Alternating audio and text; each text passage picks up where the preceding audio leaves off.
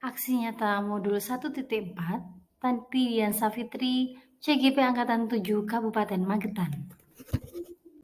Bersama dengan pengajar praktik kami yaitu Ibu Sri Rahmayati, SPD MPD, dan fasilitator kami yaitu Bapak Muisman, SPD MPD. Aksi nyata calon guru penggerak Angkatan 7 Kabupaten Magetan yaitu dengan berkolaborasi dengan sesama CGP dengan komunitas praktisi yaitu Komunitas Guru Belajar Kabupaten Magetan untuk merencanakan kegiatan aksi nyata melalui webinar praktik baik kurikulum Merdeka. Aksi nyata ini dikoneksikan dengan platform Merdeka Mengajar melalui komunitas penggerak Gugus Tanjung.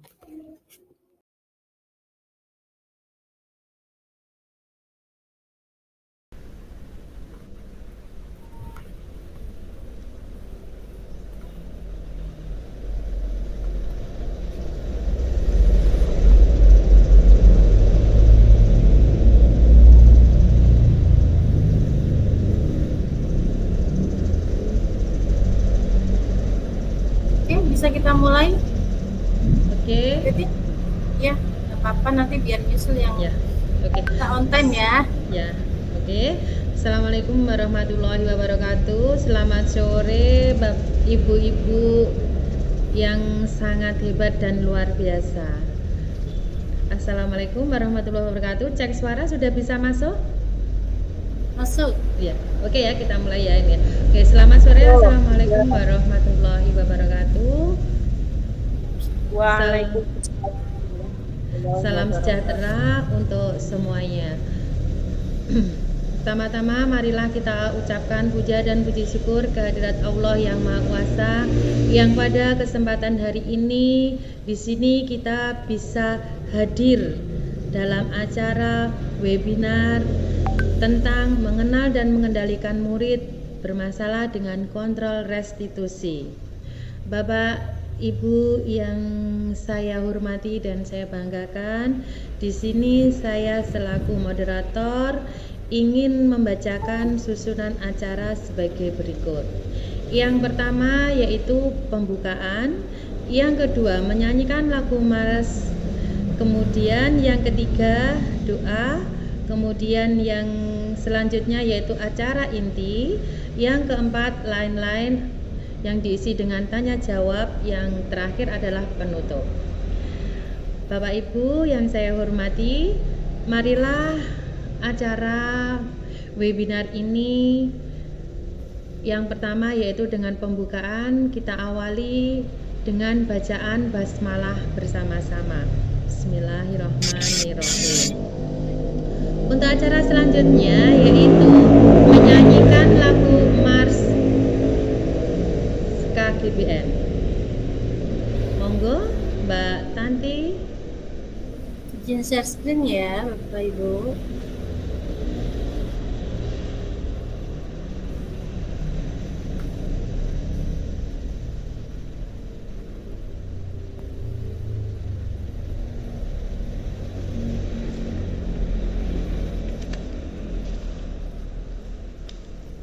Sudah terlihat? Proses. Ya. Sudah? Masih proses, Mbak. Oke, sudah terlihat. Kita menyanyikan lagu Indonesia Raya terlebih dahulu, nggih, Bapak Ibu.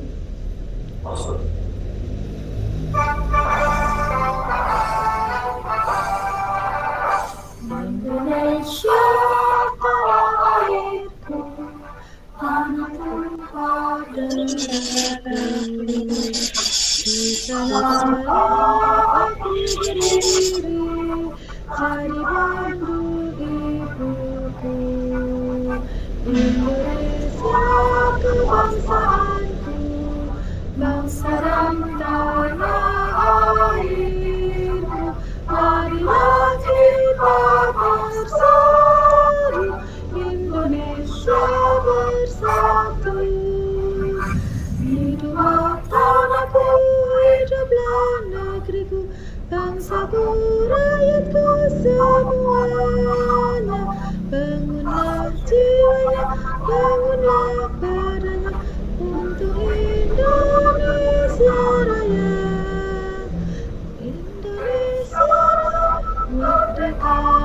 merdeka, tanahku, negeriku yang ku cinta. Indonesia Raya, merdeka, merdeka, hiduplah Indonesia Raya. Indonesia Raya, merdeka, merdeka, tanahku, negeriku yang ku cinta. Indonesia Raya, merdeka, merdeka, hiduplah Indonesia Raya.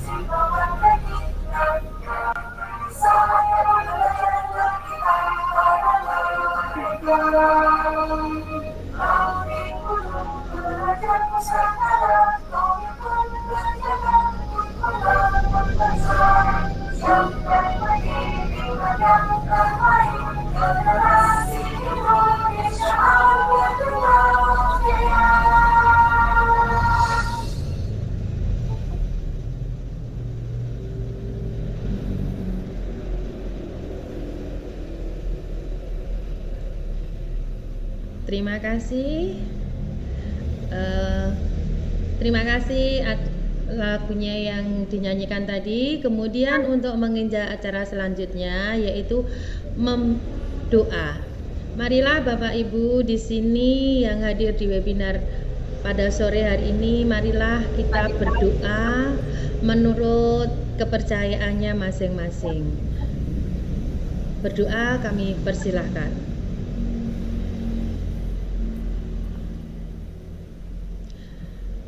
Berdoa selesai. Terima kasih Bapak Ibu. Untuk acara selanjutnya yaitu acara inti, yaitu materi dari Mbak Tanti. Waktu dan tempat kami persilahkan. Silakan Mbak Tanti. Terima kasih Bu Titin. Selamat sore Bapak dan Ibu guru belajar. Selamat sore. Selamat sore juga. Selamat sore. Saya ucapkan selamat datang di komunitas guru belajar Kabupaten Magetan, Bapak dan Ibu semuanya. Sore ini kita akan belajar bersama. Izinkan saya share screen terlebih dahulu.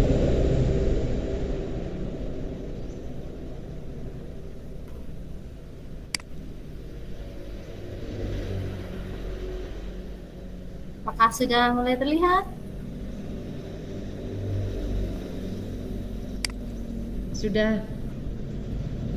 Sudah Bu. Ya. Ini saya sambil ngasih.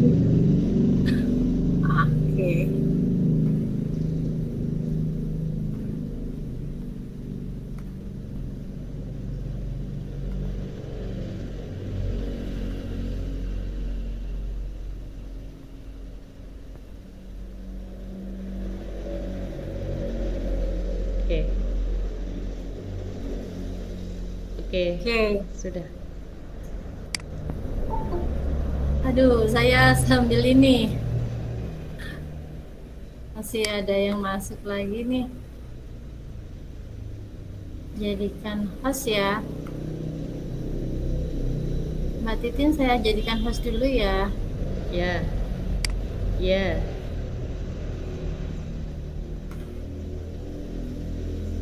Yang merah akunnya, Mbak.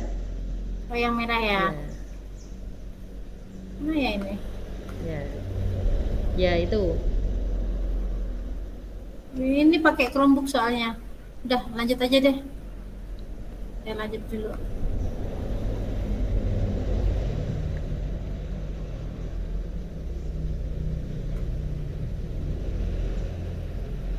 Bapak Ibu yang kami hormati, izinkan kami melakukan perekaman untuk materi sore hari ini. Sebelumnya Bapak Ibu perkenalkan, saya Tanti Diansa Fitri. Berikut adalah profil saya. Sehari-hari saya mengajar di SDN Tanjung 3, Bendo, Magetan, Jawa Timur ya Bapak Ibu. Mungkin ini ada yang dari luar Pulau Jawa. Magetan itu adalah kabupaten paling barat gitu ya di Jawa Timur, dekat sekali dengan Jawa Tengah seperti itu. Kami terpisah oleh gunung seperti itu. Nah, organisasi saya adalah IGI Komunitas Guru Belajar Magetan. Saat ini saya adalah Ketua Komunitas Guru Belajar Kabupaten Magetan. Saya juga guru penggerak Angkatan 7 Kabupaten Magetan, calon guru penggerak Angkatan 7 Kabupaten Magetan. Saya telah menyelesaikan program Penggerak Merdeka Belajar tahun 2022 dan saat ini kita langsung saja pada materi sore hari ini gitu ya. Sebelum memasuki ke materi, mari kita buat kesepakatan dulu ya Bapak dan Ibu. Kami harapkan Bapak dan Ibu semuanya aktif mengikuti webinar pada sore hari ini. Yang kedua adalah menonaktifkan suara ketika nanti webinar ini berlangsung agar kita semuanya tidak saling terganggu seperti itu. Dan nanti raise hand jika ingin bertanya dan mengaktifkan kamera jika memungkinkan. Namun jika cuaca atau hal lain tidak memungkinkan, dipersilahkan untuk menonaktifkan kamera. Oke, Bapak dan Ibu yang saya hormati, mari kita memasuki ke materi yang pertama nih. Ada pengantarnya. Saya yakin Bapak dan Ibu yang di sini, jangan-jangan nanti dari judulnya itu milih materi ini tuh karena ini aku lagi bermasalah dengan muridku, iya nggak Bu? Ya nggak Pak? Ini cocok banget nih sama aku yang sering bermasalah sama murid. Ada muridku yang belum ada masalah yang belum bisa terselesaikan lah. Semoga enggak ya. Oke. Hari ini nanti kita akan bahas bagaimana sih kita menciptakan sebuah lingkungan yang positif di sekolah itu. Strategi kita sebagai guru yang kita pilih itu apa? Dan bagaimana sih penerapan strategi disiplin positif di sekolah itu. Nah, apa aja yang perlu kita lakukan akan kita bahas pada sore hari ini. Bapak dan Ibu guru belajar yang saya hormati, satu hal yang penting gitu ya, kenapa sih yang perlu kita lakukan yang pertama gitu. Selamat sore Bu Ika. Ya lanjut ya. Nah, tujuan jika saya sebagai pribadi, sebagai guru, tujuan saya utama masuk ke dalam kelas itu apa? Yaitu berbahagia bersama murid saya gitu. Ketika saya berbahagia bersama dengan murid saya itu nggak takut. Jadi rasa ketakutan itu, dulu kan kita kalau ngajar jadi guru itu kan pengennya murid-murid kita itu taat patuh gitu ya. Jauh dari kata-kata berbahagia. Nah, dalam kurikulum Merdeka ini yang kita harapkan apa? Itu siswa-siswa yang well-being atau berbahagia gitu.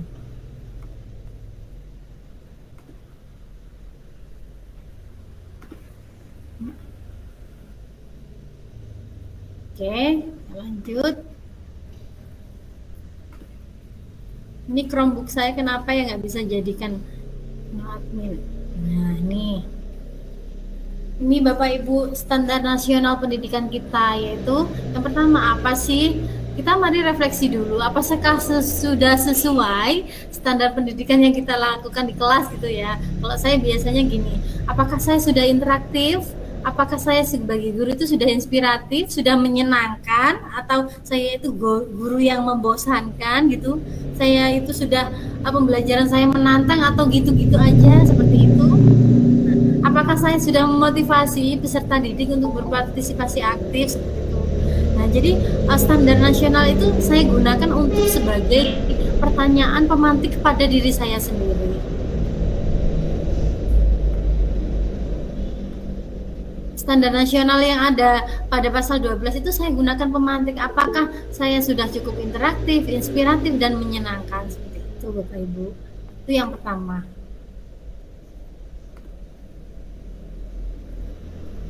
Nah, selanjutnya Bapak Ibu, ini nih yang dicari-cari ya mungkin ya, tentang teori kontrol gitu.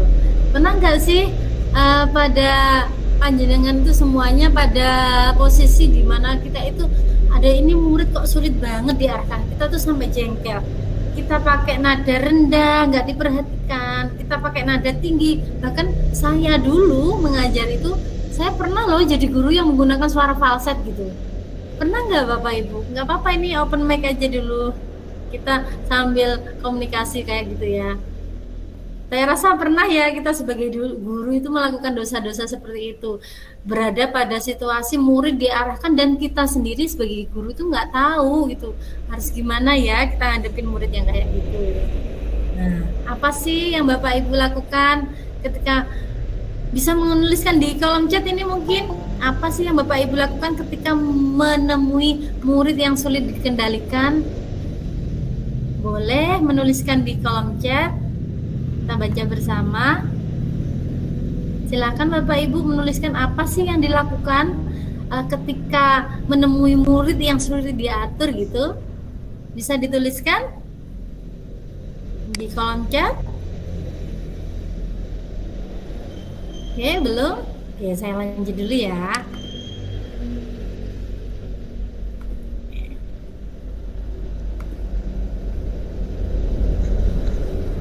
Saya ngomongin saya ya, dulu yang tadi saya bilang saya sudah menggunakan suara falset saya.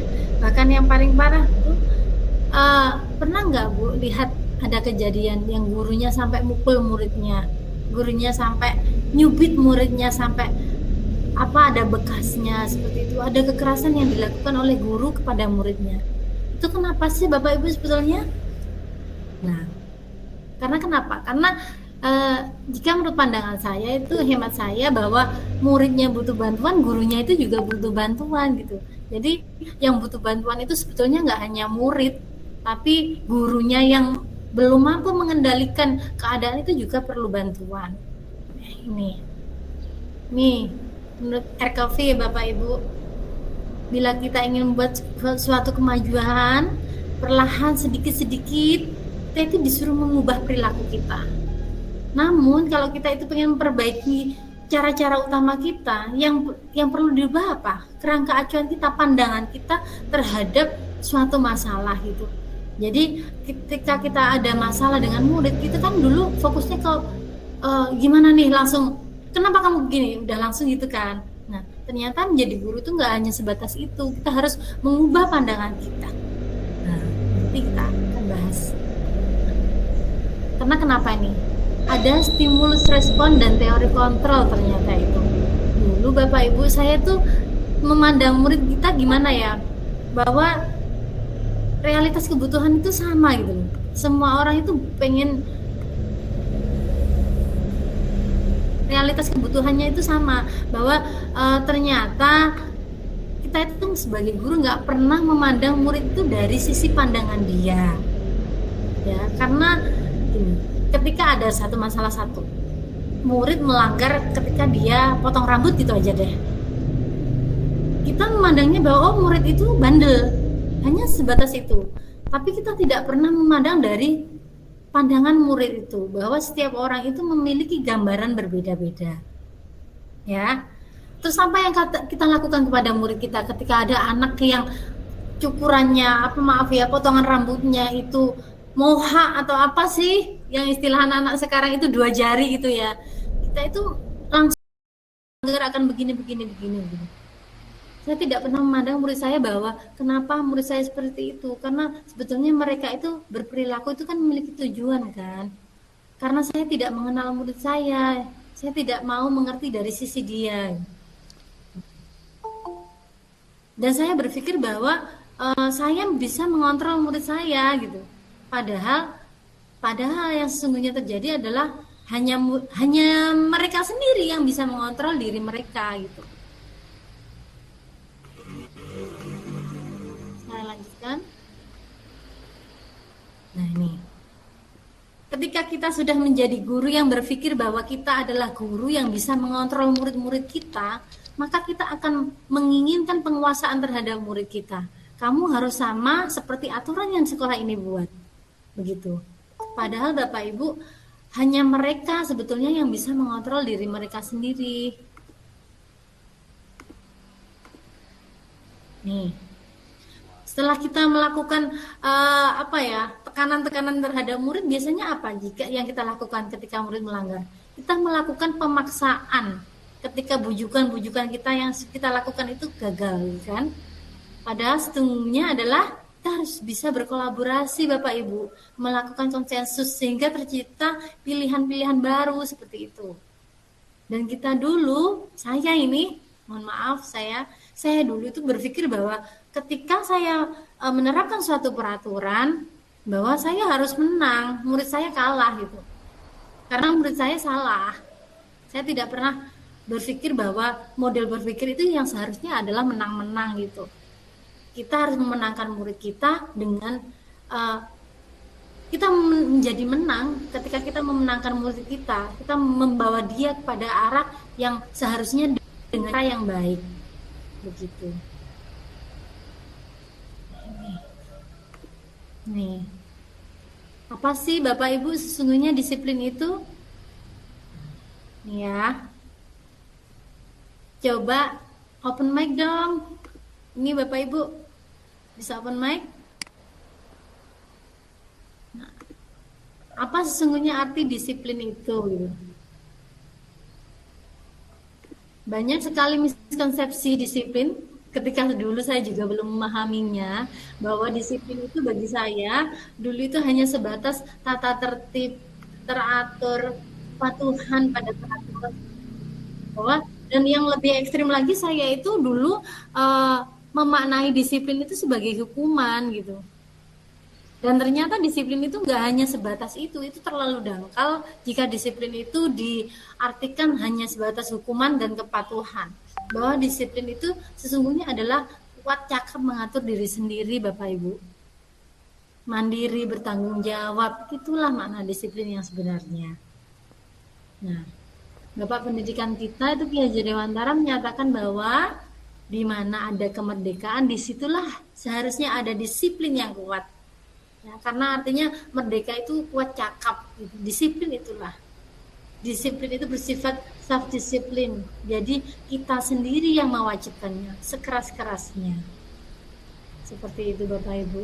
Jadi semoga yang sampai materi di sini ya, sampai materi di sini miskonsepsi tentang disiplin tadi semoga sudah mulai terpatahkan nih. Oh, kemarin berarti kalau saya memandang disiplin itu hanya sebatas hukuman, itu berarti kurang tepat. Nah, gimana? Oh, artinya ternyata disiplin itu adalah kuat cakap, merdeka seperti itu, bertanggung jawab yang lebih jauh lagi dengan makna yang lebih manusiawi. Nah, tujuan kita adalah menciptakan anak-anak yang memiliki disiplin diri sebagai guru ya, Bapak Ibu. Apa sih tujuannya? Yaitu agar mereka itu mengacu pada nilai-nilai kebajikan universal. Dan disiplin itu harus ditanamkan, harus diberikan motivasi itu dari intrinsik Bapak Ibu, bukan dari ekstrinsik. Ketika kita ada tadi anak yang dengan rambut yang dipotong sedemikian rupa, kita memberikan hukuman, artinya apa? Artinya sejatinya kita sedang menanamkan semangat atau menanamkan kesadaran tapi dari luar, seperti itu. Ketika nanti kita tidak ada, apa yang akan terjadi? Yang terjadi adalah dia akan mengulanginya kembali gitu. Ya. Jadi hanya sebatas itu. Kalau kita memaknai disiplin itu hanya sebatas hukuman dan peraturan.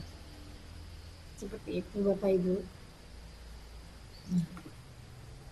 Nah, nilai-nilai Nilai-nilai apa sih yang saat ini bisa kita tanamkan?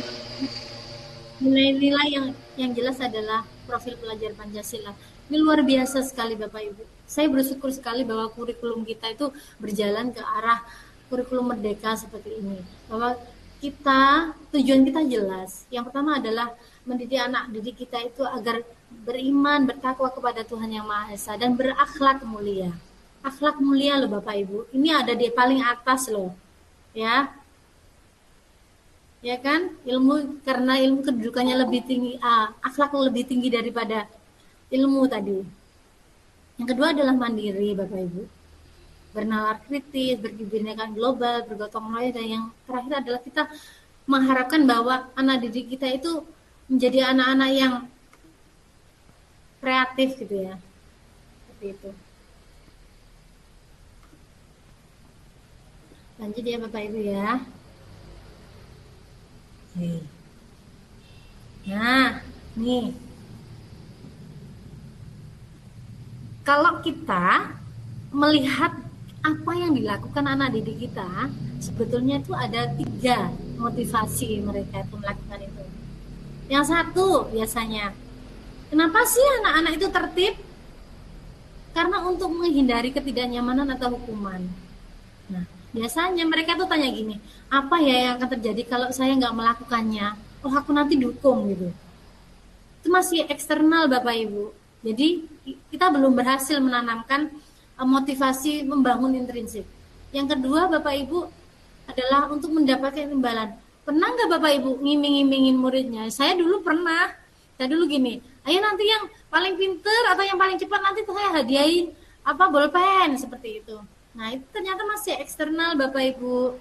Karena apa? Biasanya anak-anak dengan motivasi seperti itu, mereka tuh biasanya berpikir gini, aku dapat apa ya kalau bisa melakukan ini? Wah, aku dapat hadiah. Nah, kalau nggak ada hadiah lagi, berarti nggak mau dong.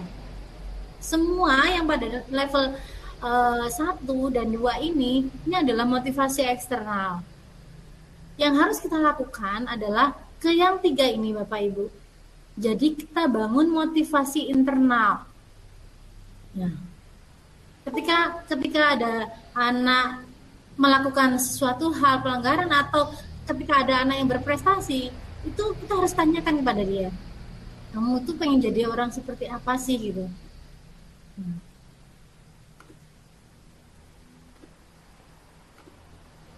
Oke. Maaf ya, saya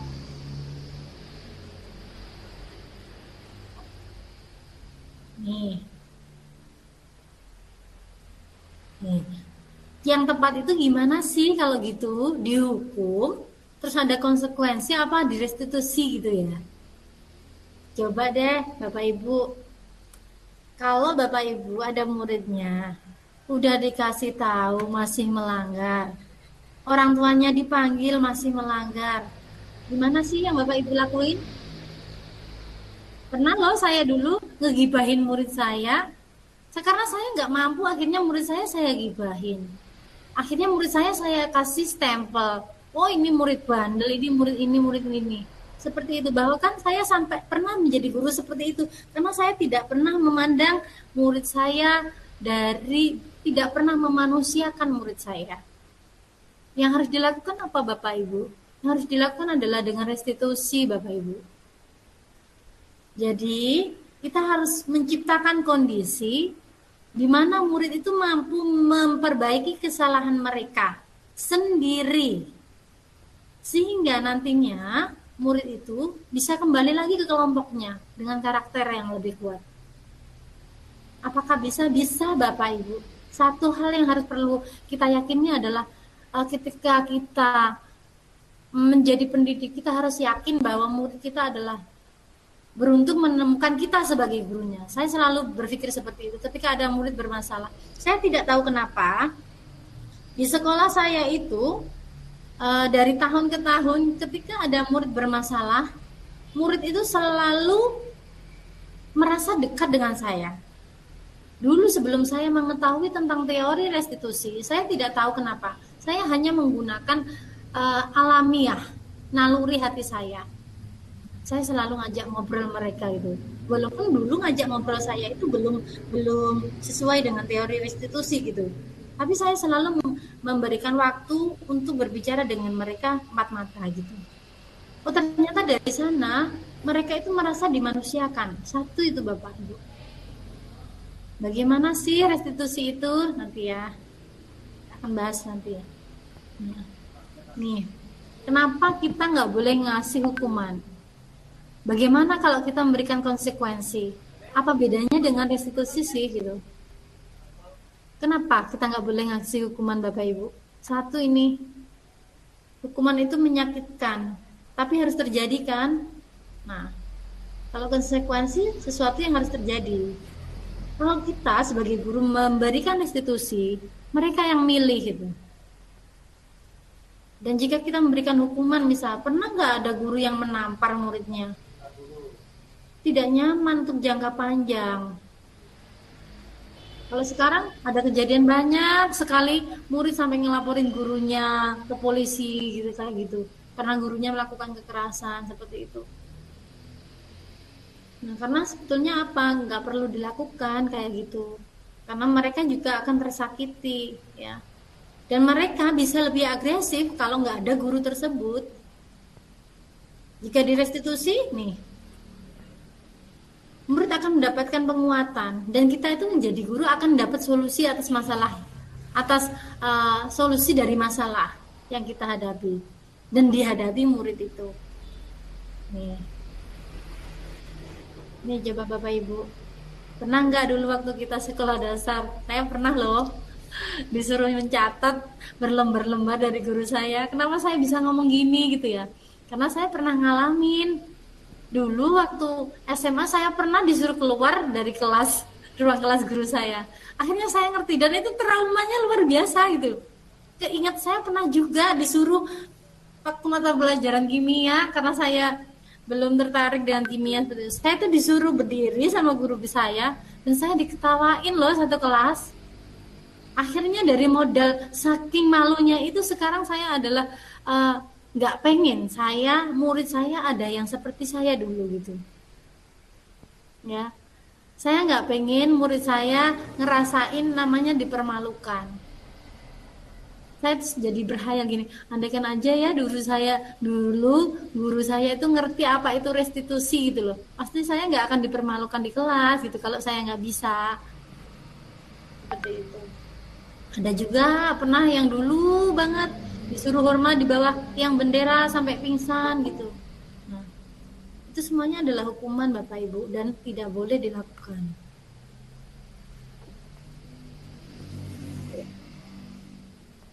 Ya, cerita kelam saya tentang dulu masa dihukum pelajaran kimia, ingat banget. Aduh, malunya luar biasa Bapak Ibu. Karena kenapa? Karena guru-guru kita dulu, mohon maaf, belum mengerti restitusi. Nah sekarang apakah kita akan sama? Enggak dong tentunya. Kita sekarang panjenengan semuanya yang di sini itu adalah guru-guru yang kita yang berusaha untuk ke arah yang lebih baik dari kita yang kemarin. Bapak Ibu, nah ini ada dihukum oleh penghargaan. Kenapa sih penghargaan itu kok hukuman gitu? Enggak hanya hukuman yang bersifat fisik ya. Penghargaan itu juga hukuman loh sebetulnya. Kenapa? Karena apa? Embel-embel ini tadi loh. Sama seperti ujian nasional. Ketika ujian nasional berlangsung dulu, anak-anak belajar mati-matian. Kenapa tujuannya? Mendapatkan nilai kan? Setelah ujian nasional berlangsung, belajarnya gimana? Sudah selesai. Sama kayak ini penghargaan. Kalau ada anak yang keseringan dikasih penghargaan berupa benda gitu. Coba kalau nggak ada penghargaan, apakah dia masih seperti itu? Apakah memang dia ada faktor dari intrinsik dia karena nilai-nilai yang diyakini kebenarannya? Penghargaan itu pengaruhnya itu jangka pendek dan jangka panjang itu nggak baik dan tidak efektif. Nah, dan selanjutnya penghargaan Bapak Ibu itu merusak hubungan. Kenapa sih sekarang itu kita nggak boleh, bukannya nggak boleh full ya, kita bisa lihat kontennya. ada anak yang iri, ada anak yang merasa oh ternyata yang pinter itu yang cuman yang dapat penghargaan ya gitu. Selanjutnya penghargaan itu apa? Mengurangi ketepatan. Nah, misalkan ini dalam riset yang ke-1 nih, sekelompok anak laki-laki berusia 9 tahun diminta untuk melihat gambar wajah yang ditampilkan di layar. Nah, mereka harus memberitahukan jika wajah-wajah tersebut sama atau berbeda. Gambar-gambar tersebut hampir sama. Beberapa dari mereka diberi penghargaan, nanti kalau bisa dapat uang ya. Pada saat mereka memberikan jawaban benar, sementara sebagian yang lain. Nah, hasilnya apa sih ketika ada riset itu? Anak laki-laki yang dibayar itu membuat lebih banyak kesalahan karena kenapa? Pengennya cepet-cepet dapat hadiah, jadi nggak tepat gitu loh. Penghargaan segitunya ya efeknya. Nah ini penghargaan itu menurunkan kualitas Bapak Ibu. Ketika misalkan kita ada anak yang bermasalah, terus kita memberikan iming-iming gitu ya. Nanti kalau kamu udah jadi anak yang baik, kamu nanti bapak ajak rekreasi deh seperti itu. Nah itu semuanya hanya bersifat sementara dan eksternal Bapak Ibu, tidak dari dalam diri murid dan menurunkan kualitas seperti itu. Mematikan kreativitas. Penghargaan itu sejatinya adalah menghukum ya.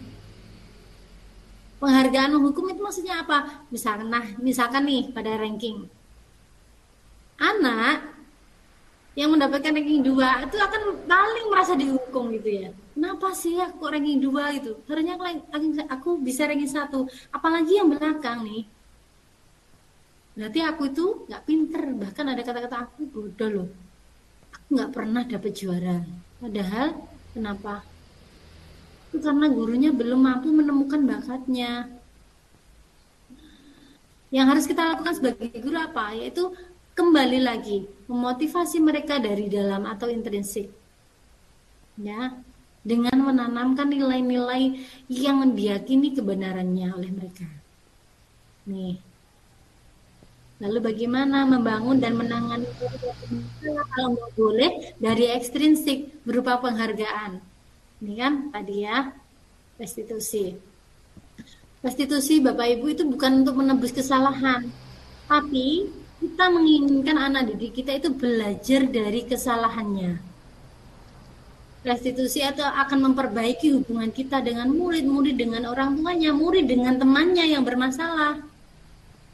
Dan restitusi itu tawaran. Kita menawarkan kepada murid, mereka yang akan menentukan sendiri. Karena sejatinya kita itu tidak bisa mengontrol diri murid kita. Hanya merekalah yang bisa mengontrol diri mereka sendiri. Kita hanya bisa menuntun mereka untuk melihat ke dalam dengan memberikan informasi-informasi yang mengenai nilai-nilai yang kita yakini kebenarannya. Nah, nih Bapak Ibu, yang saya lakukan Bapak Ibu ketika saya menangani murid saya dengan pertanyaan duduk 4 mata gitu ya, duduk santai, terus kita ngobrol, tanyain deh mereka. Sesekali tepuk pundak mereka, sesekali kalau dia masih kecil gitu ya, sesekali elus-elus kepala mereka. Mungkin saja mereka yang bermasalah di sekolah itu nggak pernah dielus-elus sama orang tuanya gitu, nggak pernah mereka itu dibelai-belai. Nah, dan saya itu mendapatkan murid-murid saya yang seperti itu rata-rata itu memang seperti itu. Di rumah itu orang tuanya tidak mampu mengendalikan hanya dengan kekerasan, di sekolah juga seperti itu. Ketika dia bertemu dengan saya, ketika saya elus-elus kepalanya, saya tepuk pundaknya, dia itu langsung ibarat api itu langsung redup gitu Bapak Ibu. Terus ditanyain, kamu tuh mau jadi orang seperti apa sih? Kamu mau jadi anak yang dicap seperti itu? Pasti jawabnya enggak, walaupun anak kecil. Nah, bagaimana sih harusnya kamu memperlakukan orang lain? Kalau kamu salah, kira-kira misalkan ini kelas 1 ya, saya ambil contoh kelas 1. Kalau kamu salah, kamu digituin mau nggak? Kan Kan bisa, berikan dengan pertanyaan-pertanyaan romantik yang memanusiakan. Dengan nada rendah. Ya. Jadi saya juga belajar nih tentang notasi berbicara ketika menghadapi anak-anak gitu. Bahwa ketika kita berbicara dengan anak-anak, gunakan nada rendah gitu. Seperti itu Bapak Ibu. Nah, yang harus dilakukan apa Bapak Ibu? Biasanya ini, segitiga restitusi nih. Yang pertama dimulai dari ini, ya. Kalau ada anak salah, yang pertama dilakukan adalah kita bilang, bisa nggak kita berbicara empat mata gitu ya. Katakan ini Bapak Ibu, misal setiap orang itu pernah melakukan kesalahan gitu ya. Dulu Bu Guru juga pernah melakukan kesalahan. Waktu Bu Guru sekolah, Bu Guru juga pernah berbuat jahil. Kamu bukan satu-satunya yang pernah melakukan kesalahan ini. Distabilkan dulu Bapak Ibu identitas mereka. Ya. Jangan langsung menggunakan nada tinggi untuk menghakimi mereka. Ketika kita sudah menstabilkan identitas, apa yang harus kita lakukan? Kita validasi tindakan mereka. Yang salah mana? Ya kan? Tadi saya ambil contoh nih. Ada kasus di sekolah saya sekitar 2 bulan yang lalu. Salah satu murid itu berteriak ketika jam dia membersihkan kelas. Dia berteriak karena temannya itu mau masuk dan sepatunya kotor. Karena teriakan itu Bapak Ibu, apa yang terjadi? Murid yang merasa diteriaki tadi, dia pulang, panggil orang tuanya, bilang kalau dia diteriaki oleh teman satunya. Orang tuanya ke sekolah dan murid saya yang satu itu ditampar, bayangkan. Saya menghadapi kasus seperti itu. Akhirnya apa yang terjadi? Ramai Bapak Ibu. Yang saya lakukan apa? Saya juga tetap tenang saja. Kenapa? Satu, semuanya bisa dikomunikasikan itu. Yang kedua, teori restitusi itu betul-betul menolong saya. Ketika saya merestitusi mereka, saya tanya ke yang pertama, yang troublemaker-nya tadi, yang teriak tadi. Saya bilang, gak apa-apa, setiap orang pernah salah kok. Bu Guru dulu juga pernah teriak waktu belum tahu apa itu nada tinggi, nada rendah ketika berbicara dengan orang gitu. Bu Guru juga pernah, panggilnya saya Miss Santi ya. Miss Santi juga pernah kok kayak gitu Le. Setiap orang itu punya salah. Miss Santi juga pernah. Kamu tentunya alasanmu apa Le? Kamu teriak ke temanmu tadi. Terus dia cerita, gini loh Miss, lah aku tuh capek-capek piket, lalu dia tuh sepatunya becek tiba-tiba masuk gitu. Oke, sebetulnya kamu punya cara nggak sih yang lebih efektif untuk ini? Untuk menyampaikan yang kamu katakan. Iya Miss. Terus, dan kamu tahu bagaimana keyakinan kelas kita? Iya Miss tahu. Terus gimana, apa yang bisa kamu lakukan? Atau kamu pengen jadi seperti apa Tole? Iya Miss, ya begitu. Setelahnya nih, misalkan ini yang terjadi tadi, ini udah selesai ya Bu. Akhirnya saya restitusi nih.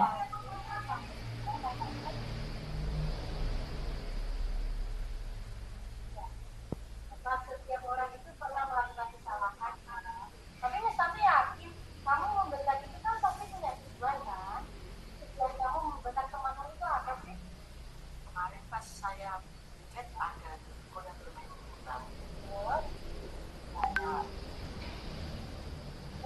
pengennya anak-anak ketika kamu cek dia keluar dari kelas dan main bola di kelas. Kamu sudah tahu kan kesepakatan kita bahwa kalau bertuturkannya itu harus bagaimana? Baik ya, nah itu apa yang bisa kamu lakukan untuk memperbaiki kamu?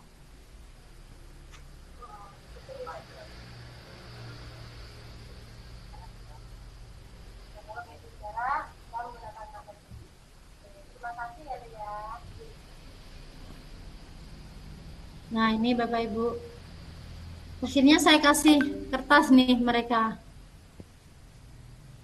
nulis sendiri. Ini yang Latin ini saya tuliskan ketika bermasalah itu. Nah ketika masalah berlangsung, hari ini aku mendapatkan pengalaman yang tidak kulupakan. Aku melakukan kesalahan dengan berteriak ke temanku, hingga akhirnya terjadi kesalahpahaman antara teman dan melibatkan orang tua.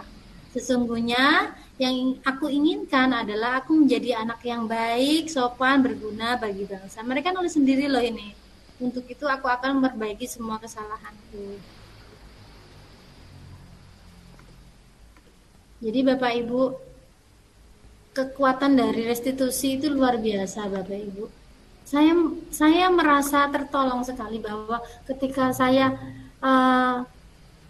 bahkan sampai ada yang mengira begini, kenapa ya murid-murid ini sama dengan guru ini kok nurut gitu. Padahal tipsnya hanya ini gitu loh. Kita memanusiakan mereka, kita pandang mereka dari sisi mereka.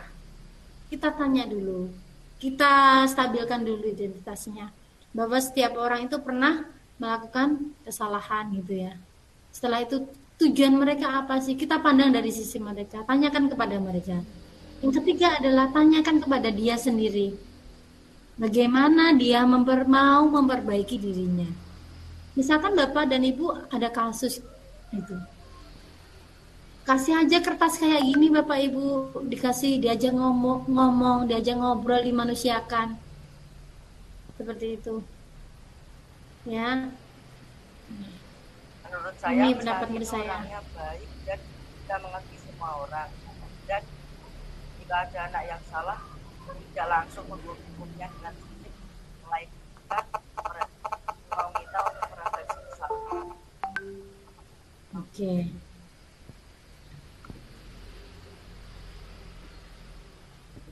Itu tadi adalah pendapat dari murid saya Bapak Ibu.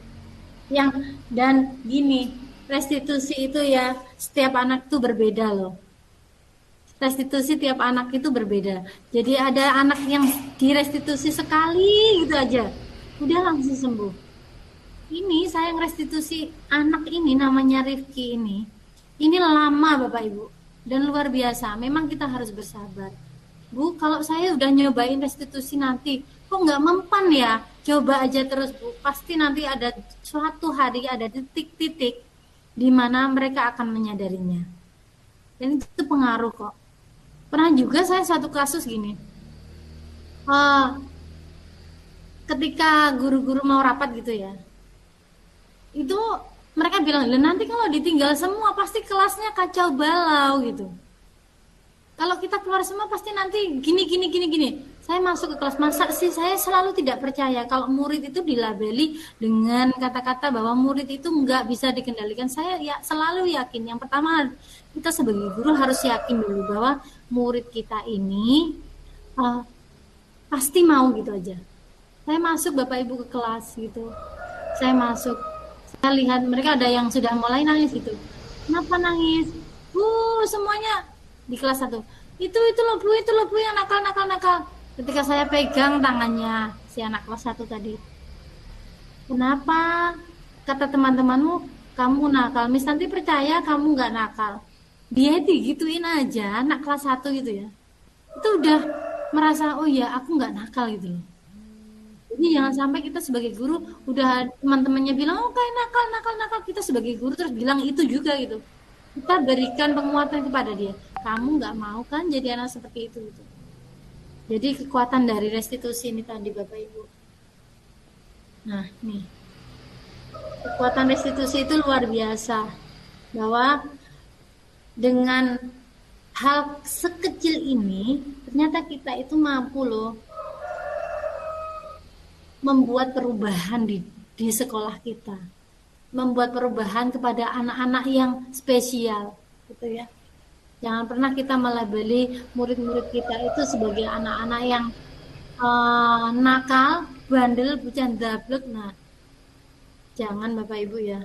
Kita restitusi mereka. Saya memandang mereka itu seperti memandang diri saya yang dulu gitu loh. Bagaimana ketika saya melakukan kesalahan, lalu saya dibuat malu di kelas, disuruh berdiri begitu. Bahwa masa-masa sekolah itu adalah masa-masa mungkin saja yang kejadian seperti itu tidak terlupakan seumur hidup mereka itu. Jangan sampai kita memiliki dosa yang seperti itu karena kita tidak memanusiakan murid-murid kita, Bapak Ibu. Nah ini, kenapa sih anak-anak itu sebetulnya kayak gitu? Sebetulnya murid-murid itu cuma pengen kayak gini loh Bapak Ibu. Mereka cuma butuhnya ini. Sebagai manusia, kita juga butuhnya ini sih sebetulnya. Yang satu apa? Bertahan hidup. Kita jadi guru, mereka sekolah, semuanya ini kan untuk ini, bertahan hidup. Setelah bertahan hidup, mereka butuh apa sih murid-murid kita? Mereka cuma pengen dikasih sayang dan diterima. Ketika mereka ada temannya yang melakukan bullying, ketika ada muridnya yang jahil seperti itu, sebetulnya mereka apa? Nah, selanjutnya nih, ada juga anak yang pengen nih kebebasan. Kalau kasus mungkin di skala SMP mungkin ya, anak-anak yang motor-motoran nih, pengennya apa sih mereka? Kebebasan. Karena kenapa? Mungkin saja mereka tidak mendapatkan di rumah. Ini bisa kita jadikan, kita masukkan ketika kita melakukan restitusi. Bu guru tahu, pengenmu apa sih? Kamu pengennya bebas kan? Seperti itu. Mungkin bisa kita jadikan kalimat pemantik kepada murid-murid kita. Nah, yang ketiga, selanjutnya yaitu gini. Murid-murid jahil mulai dari SD, SMP, SMA atau melanggar sesuatu biasanya ini Bapak Ibu untuk mendapatkan kesenangan. Ya. Kalau murid berbuat jahat kepada temannya dia apa? Nih, untuk mendapatkan penguasaan. Mereka sebetulnya hanya pengen memenuhi 5 kebutuhan dasar mereka sebagai manusia. Ya. Bertahan hidup, kasih sayang, pengennya kan anak-anak ini. Yang kurang apa nih dari anak-anak yang melanggar tadi? Kita lihat, oh dia kurang kasih sayang. Ya Bapak Ibu, jadi restitusi itu betul-betul mengubah apa ya? Mengubah cara pandang kita dari guru kepada murid kita. Kita dari guru yang dulunya diktator, nih Bapak Ibu, bahwa sebagai guru kita itu punya 5 loh posisi kontrol yang bisa kita lakukan. Ada nggak? Pernah nggak Bapak Ibu jadi guru yang penghukum? Ya, kalau ada murid yang salah, hukum nih, hukum, gitu ya. Nggak tanpa pandang bulu gitu, udah. Kalau melanggar peraturan berarti dihukum, keliling lapangan. Itu yang pertama. Ada juga guru itu yang suka banget membuat muridnya itu merasa bersalah. Gimana sih kamu ini? Misalkan dengan kata-kata seperti itu. Lihat akibat yang kamu lakukan. Nah, kita sering banget kan Bapak Ibu menggunakan kata-kata itu dulu. Nah, untuk apa? Kita kenapa kok seperti, oh ternyata kita itu adalah guru-guru yang membuat rasa bersalah kepada murid-murid kita itu. Pernah juga saya menempatkan posisi saya itu sebagai teman gitu. Ayo dong nurut sama ibu, nanti kalau kamu nggak nurut gimana ibu dipandang oleh teman-teman, nanti bu guru dipandang begini, kamu apa nggak kasihan? Nah, kita menempatkan diri kita itu sejatinya adalah sebagai teman saat itu Bapak Ibu. Posisi kita itu masih di sini. Nah, yang keempat adalah kita itu pemantau. Kita pantau siapa nih yang melanggar gitu ya.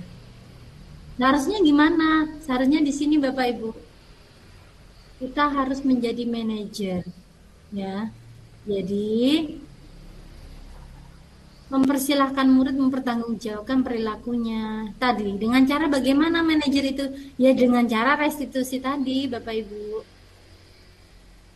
Nah ini ya, kembali lagi ke sini.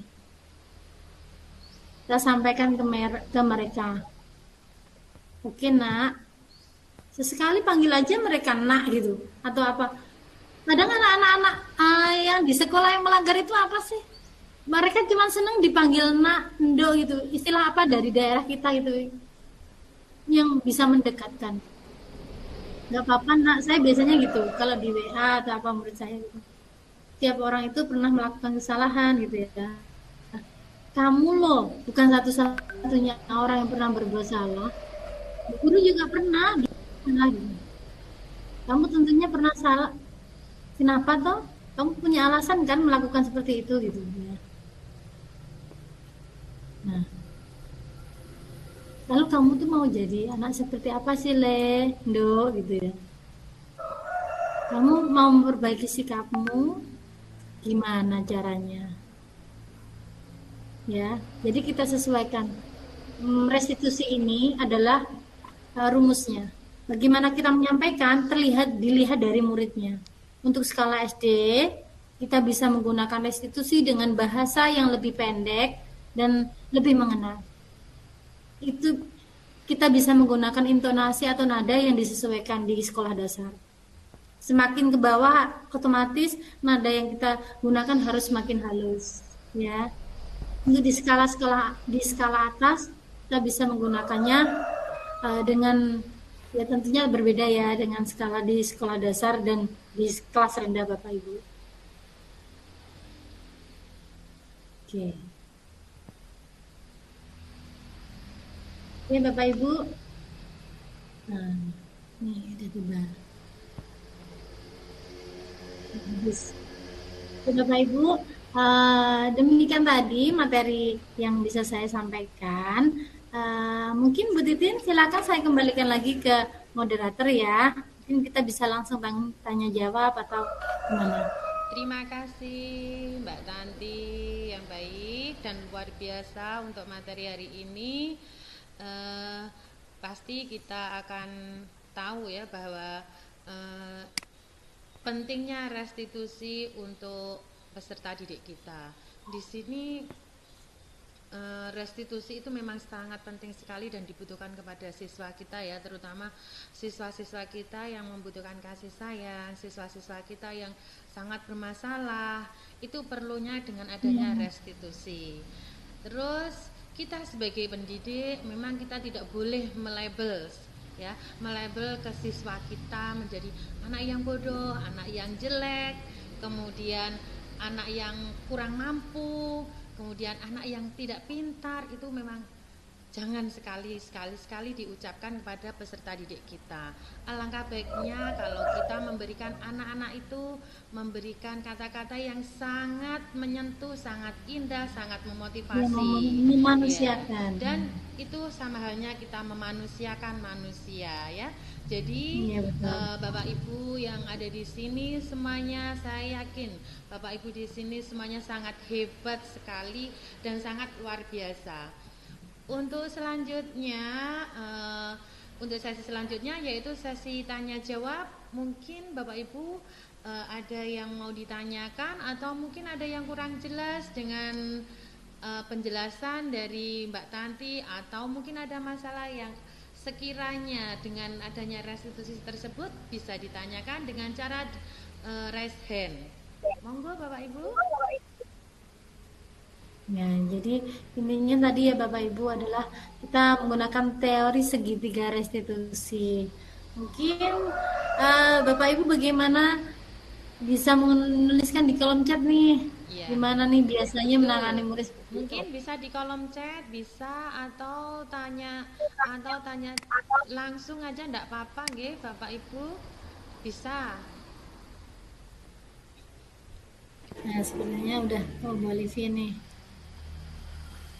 Silakan Bu Olivia. Ya, terima kasih. Gini Bu, mau apa ya ini, sharing dan tanya ya ini ya? Sharing nggak apa-apa, nggak harus. Iya, saya kan pernah merestitusi murid saya yang agak gitu ya, apa itu yang jarang masuk kayak gitu. Kami udah mencoba restitusi itu kayaknya kok nggak berhasil ya. Apa itu karena restitusi saya yang salah atau bagaimana ya? Mungkin Bu Tanti atau yang bisa ngasih solusi itu gimana ya? Tiap hari itu udah dikasih restitusi gitu ya. Besoknya diulangi lagi, masuk 2 hari. Terus besoknya nggak masuk lagi. Terus apa yang harus saya lakukan kayak gitu? Sudah dikomunikasikan dengan orang tuanya? Sudah. Di rumah itu anaknya itu sama orang tuanya itu berani. Jadinya kalau disuruh sekolah itu kayak membangkang gitu, dan orang tuanya itu kayak nggak punya kuasa untuk gimana ya mengendalikan anak tersebut gitu loh. Oke, terima kasih Mbak Livia. Ya. Mungkin Oke, saya Mbak bisa Livia. menjawabnya sebentar ya. Itu sama Oke, silakan. Mungkin Mbak Titin. saya akan sharing juga dengan Mbak Alivia. Mbak, Terima kasih kayaknya ya. Bu Titin anu deh, dengerin suaranya, mantul. Suaranya mantul ya. Boten nih? Enggak. Oke, lanjut. Terima kasih ya Mbak Alivia. Memang ya anak sekarang ini memang sulit kendalikan dengan adanya lost learning ya, karena ini akibatnya dari lost learning karena 2 tahun anak-anak itu belajarnya itu sangat lost, akhirnya seperti ini. Menurut pengamatan saya, dan saya sudah melakukan berulang kali dengan siswa saya ya, sama kasusnya seperti itu. Dia itu jarang sekali masuk sekolah, kemudian pertama saya home visit, kemudian dengan cara yang bijak bersama orang tua, sampai itu yang terakhir saya harus antar jemput. Dengan metode antar jemput ke siswa tersebut, 1 minggu memang awalnya itu berat bagi pendidik ya, ibaratnya kita sebagai pendidik itu berat sekali. Namun dengan nanti lambat laun dengan keberhasilan seperti itu kita akan merasa puas. Alhamdulillah awalnya saya dengan pendekatan, dengan restitusi itu tidak mempan, kemudian kita home visit, pendekatan dengan orang tua, kemudian hal yang terakhir saya treatment dengan behavior. Ternyata alhamdulillah berhasil Mbak, antar jemput itu. Jadi memang kita itu jerbasuki. Bu Titin, bagaimana jika nanti Bu Titin tidak ada? Iya. Kalau Bu Titin nggak ada Kalau gimana? nggak ada, anaknya sudah konsekuensi. Kebetulan 1 minggu saya antar jemput, anaknya juga bisa mengikuti. Ternyata itu sekolah itu juga enak gitu. Awalnya memang saya juga berpikir nanti kalau nggak ada yang antar jemput bagaimana gitu ya awalnya. Tapi setelah dia itu menyadari bahwa berkumpul bersama teman-teman itu enak dan enjoy, akhirnya sampai sekarang dia sudah sampai kelas 3 juga masuk dengan tepat dan waktunya itu tepat sekali, tidak pernah bolos. Akhirnya dia menikmati masa-masanya sekarang ini. Begitu, terima kasih ya Mbak Livia. Mungkin ada yang lain, Bisa saya menambahkan ya Bu Titin? ya, terima kasih. Oke, memang begini Bu Alifia. Memang begini. Sebentar. Restitusi itu bisa terjadi pada anak-anak itu bisa berbeda. Ada yang cepat gitu, ada yang lambat. Tadi siswa yang saya share tadi, yang saya share screen tadi, saya merestitusi itu anak itu berapa lama Ibu? 1 tahun, bayangkan. Dan saya tidak menyerah gitu. Dan alhamdulillah ini di kelas 6 sudah akhir ini, semester 2 mulai masuk ke semester 2, barulah saya bisa menikmati hasil dari restitusi saya tadi. Restitusi secara alamiah yang dilakukan Bu Titin tadi menggunakan hati, seluruh tenaga dan pikirannya ya. Ternyata restitusi itu memang berbeda-beda pada masing-masing anak Bu Alifia. Dan satu tipsnya adalah jangan menyerah.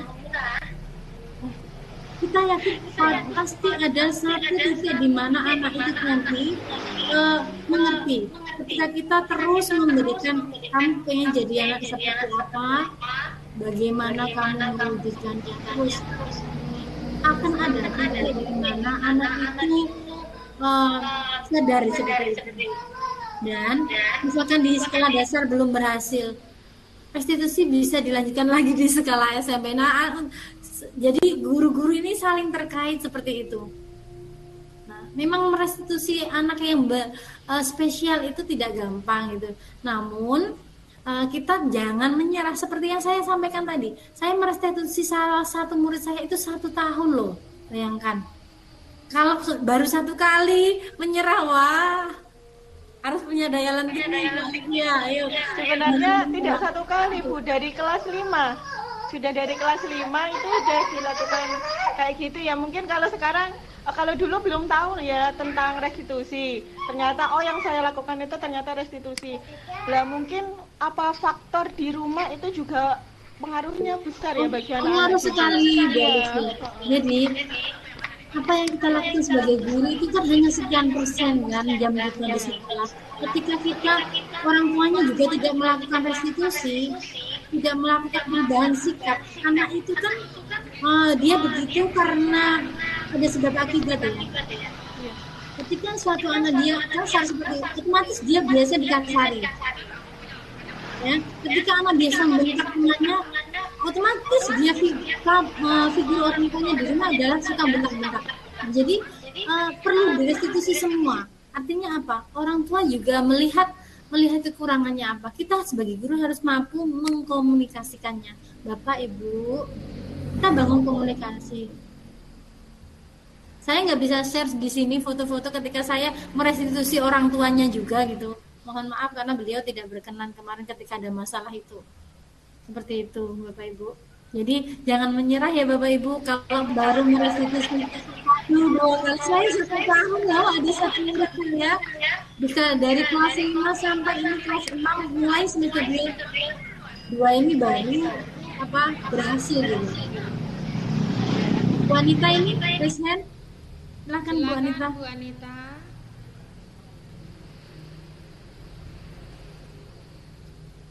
Masih unmute? Unmute-nya. Bisa. Oke. Assalamualaikum warahmatullahi wabarakatuh. Waalaikumsalam. Suara saya. Sudah. Oke. Pertanyaan Bu Alicia itu sangat-sangat mungkin memang sering dialami oleh kita semua sebagai guru, terutama biasanya wali kelas ya, untuk menghadapi anak-anak yang rajin bolos. Benar yang dikatakan sama Bu Titin, sama Bu Titin tadi. Saya hanya ingin menambah lagi, selain kita restitusi kepada anak-anak, memang penting sekali juga kita membangun komunikasi dengan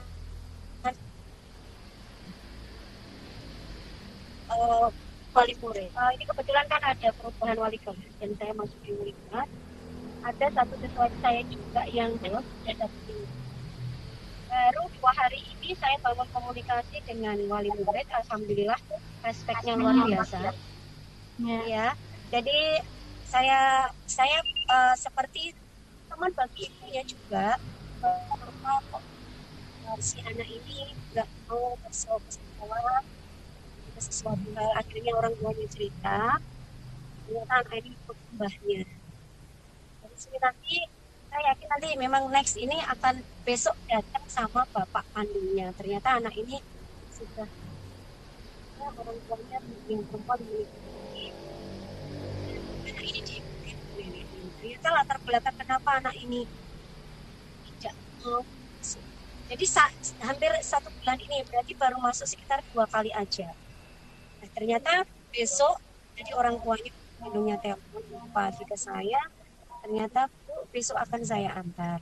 Besok insya Allah akan saya komunikasi lagi dengan Pak. Oke. Menjadi tanggung jawab bersama dari sekolah, dari wali murid, dan untuk anak ini. Karena anak ini masa depannya semua yang akan mengantarkan anak-anak ini. Jadi pentingnya komunikasi yang harus kita bangun antara sekolah, antara wali murid, dan nanti akan kita anak ini. Bisa insya Allah anak ini akan masuk. Saya minta doanya nanti anak ini bisa masuk.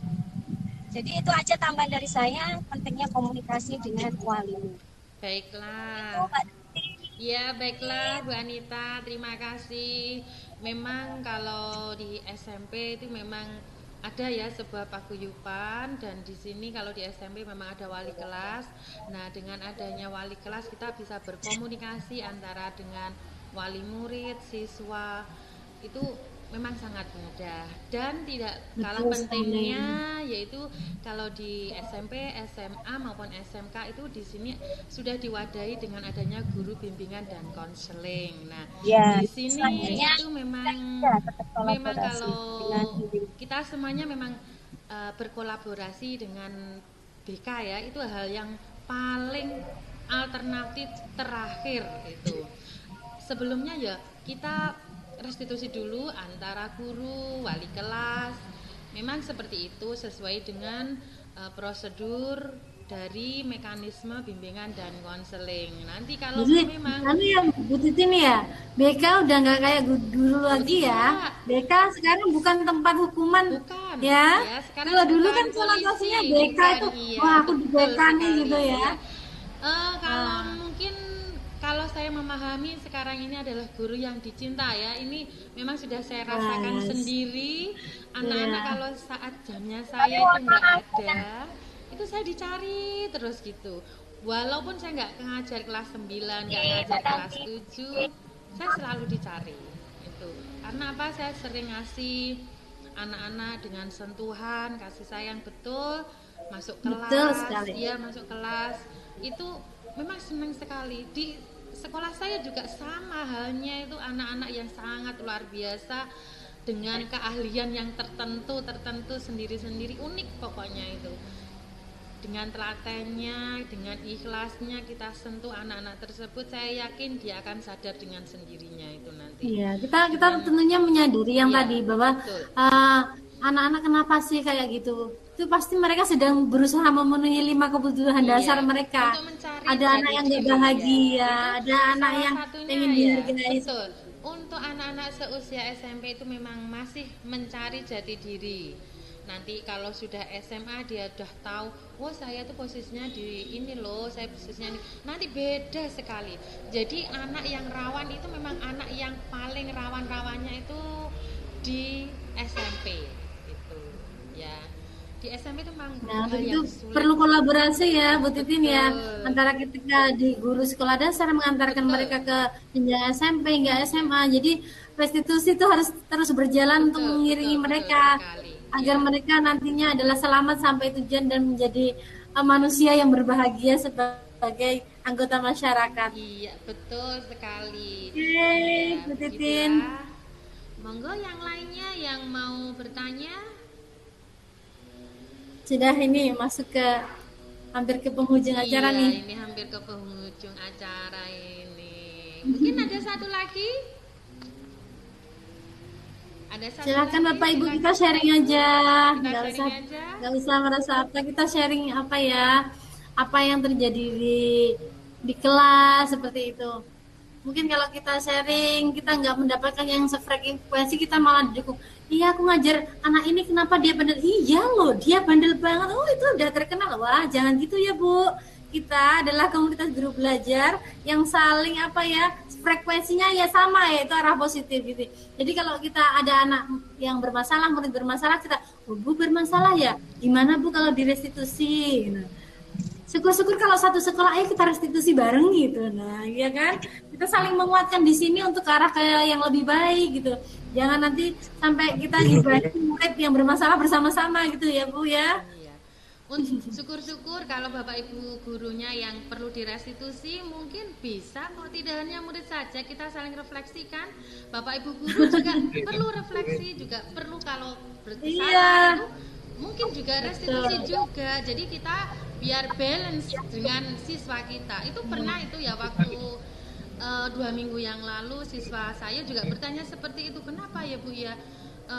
Saya terlambat kok mesti saya dihukum, kemudian itu bukan dihukum anak-anak, saya hanya menerapkan ini peraturan kan sudah dibuat, ini namanya bukan hukuman, saya bilang seperti itu.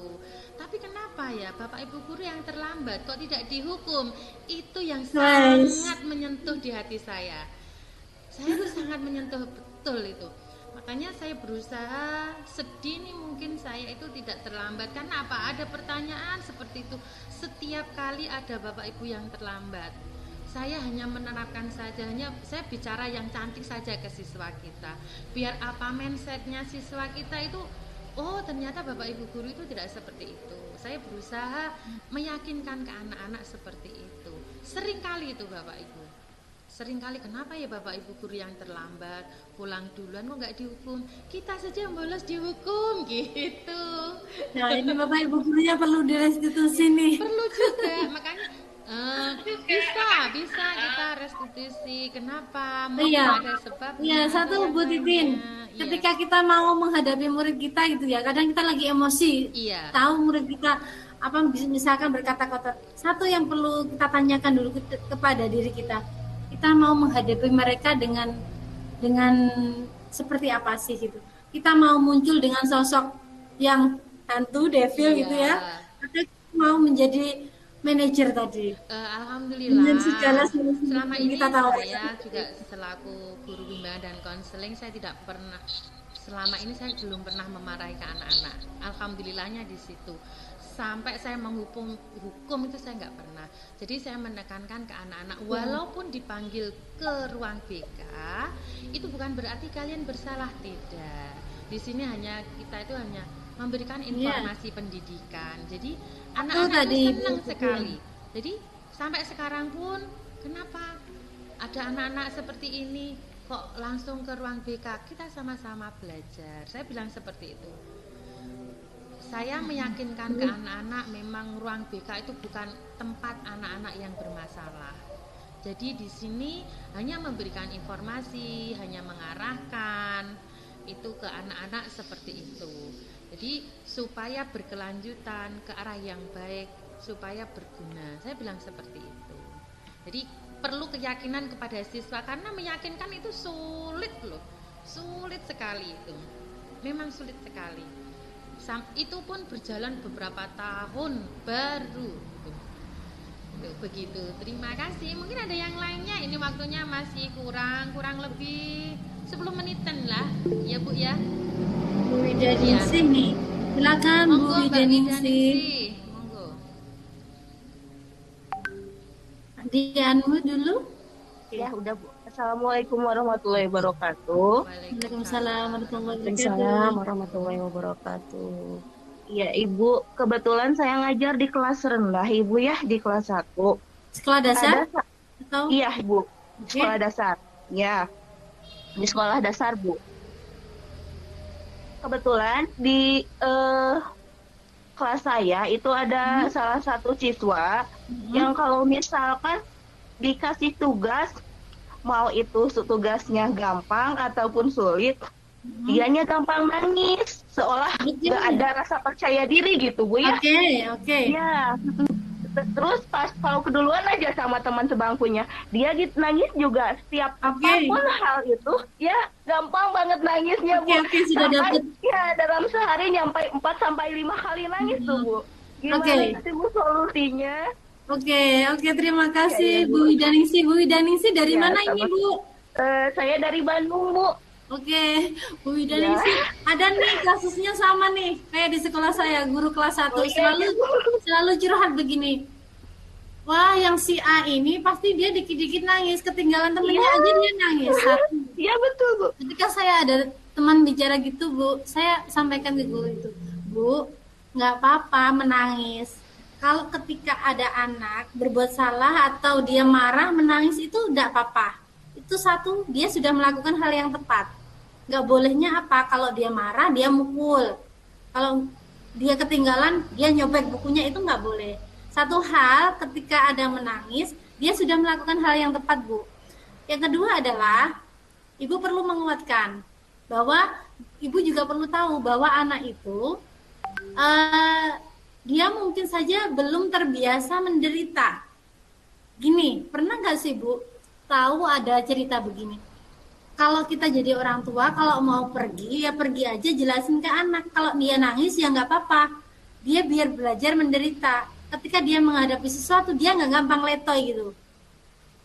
Nah itu mungkin saja kalau nanti Ibu Widaningsih komunikasikan dengan orang tuanya, mungkin saja pendidikan karakter di rumahnya, dia satu anaknya sensitif, atau dia kedua belum terbiasa diajari menderita. Maksud saya menderita begini, apa-apa udah enak gitu loh Bu, akhirnya ketemu yang sulit dikit aja dia udah nggak kuat.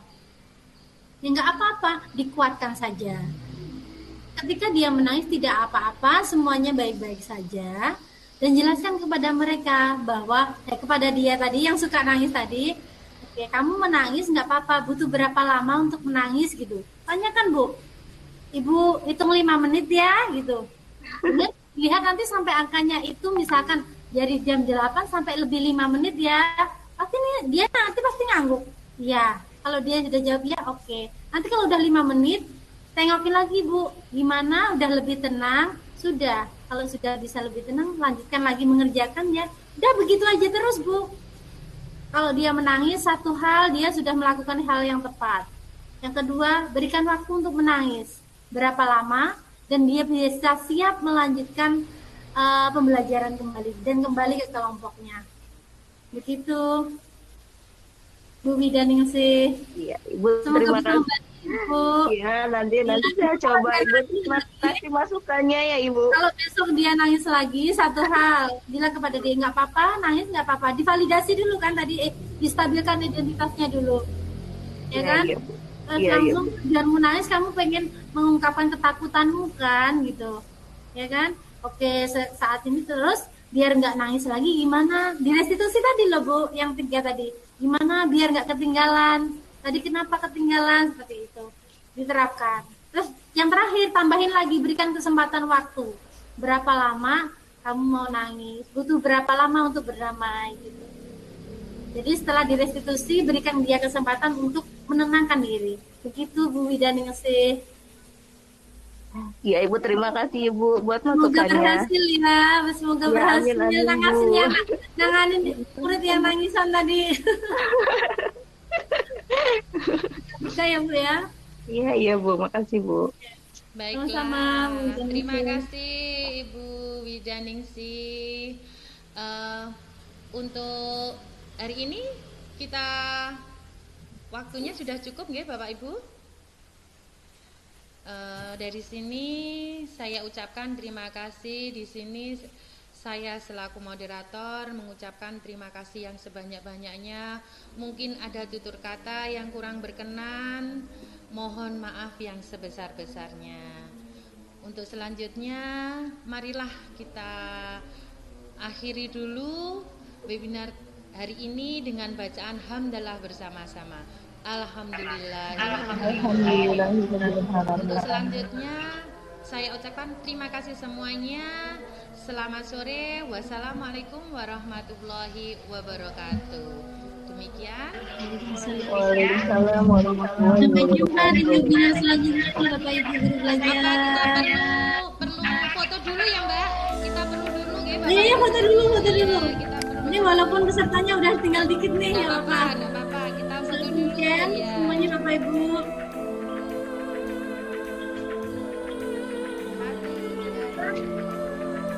Satu, dua.